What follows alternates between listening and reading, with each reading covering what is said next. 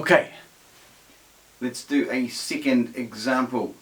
We have here a situation where we have a fish, and the fish is swimming at 6.7 meters per second, but it's at an angle of 28 degrees east of north. See, that's north, that's east, so this is 28 degrees east of north. Now, the water the fish is swimming in, the current is moving at 4.9 meters per second, 32 degrees west of north. So you want to find the combined velocity of the fish and the water. How fast is the fish actually moving when you take the water into account? You're adding two vectors together. So you're adding the fish and you're adding the water, but they're not right angles. So how do you do it? Now, there are two ways to do it. You can use trigonometry, or you can use vector components, which is what we're really trying to do today. So what you want to do is split each of these into their two components. So let's just get rid of that.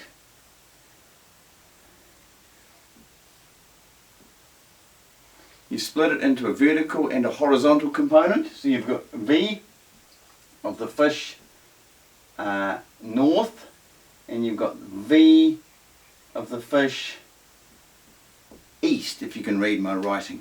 So this isn't really that tricky. So we're going to divide our page up now. We're going to split the fish into two. We're not going to split the fish, but we're going to split the velocity of the fish into two components. So velocity of the fish northwards simply equals 6.7. Now it's adjacent, so it's cos 28 degrees, which is 5.99 meters per second.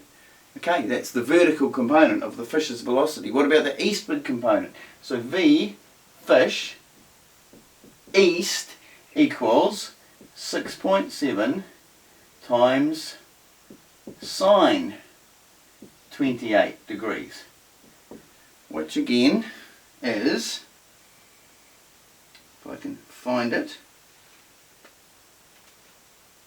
can't find it now, yes, 3.1 meters per second.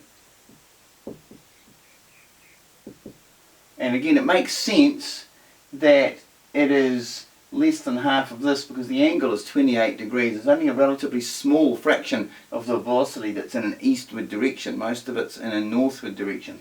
Okay, so those are our two amounts. Now, let's do the same with, if I can reach it, the current. So let's again split it into two components. We've got the eastward component, which is actually negative because it's going west. So this is velocity of the current east and velocity of the current north. Let's do the north one first. Velocity of the current north is equal to, now that's 32 degrees, so that's 32 degrees there. So I might just rub this out,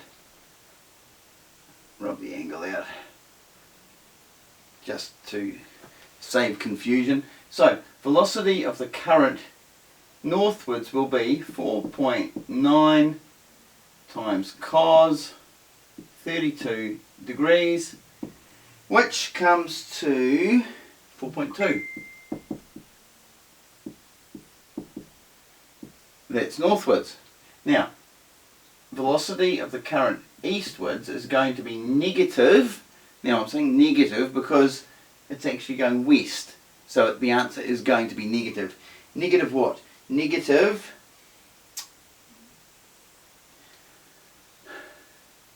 4.9, put this in brackets, sine 32 degrees, which comes to negative 2.6 meters per second. So, what do we know about this fish and the water it's swimming in. Well, the fish has got a northward component of 5.9 meters per second, and the water has a northward component of 4.2 meters per second. So the fish is moving at a certain speed, the water's moving at a certain speed in the same direction, so we just add the two together. Eastwards, it's slightly more complicated. Eastwards, the fish is moving at 3.1 meters per second, but the current is moving in the opposite direction at 2.6 meters per second. So we have to subtract this from that, or because this is already negative, we just add that negative vector to this. So let's put the two together. So let's look at north components. Velocity total equals 5.9 plus 4.2, which gives us 10.1 meters per second. That's the northward component. The eastward velocity is going to be 3.1 take away 2.6, which gives us 0.5 meters per second, and that's of course eastwards. This is northwards. So what we're left with is a triangle. So we finish it off with a simple Pythagorean calculation where we've got 10.1 here, we've got a tiny little 0.5 here, and sorry to say we have to calculate both the final velocity and the angle. The angle will be pretty small, the velocity will be very similar to this because this is tiny and that's relatively big. So velocity will be square root of 10.1 squared plus 0.5 squared, which gives us, actually, when you take rounding into account, gives you 10.1 meters per second. The angle is simply the inverse tan adjacent, opposite over adjacent, inverse tan of 0.5 over 10.1, don't forget the brackets, which gives us something, 2.8 degrees. 2.8 degrees.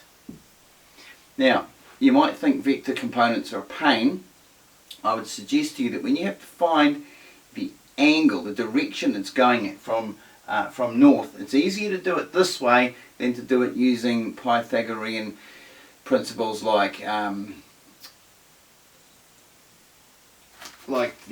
one that I can't think of right now, or a over sine a equals b over sine b equals c over sine c, or a squared equals b squared plus c squared minus 2bc cos a. They work, but when you get to find the angle, you've got to eventually calculate the angle from north, and it is a bit of a pain. This way is actually easier. Okay, so I hope you find that useful.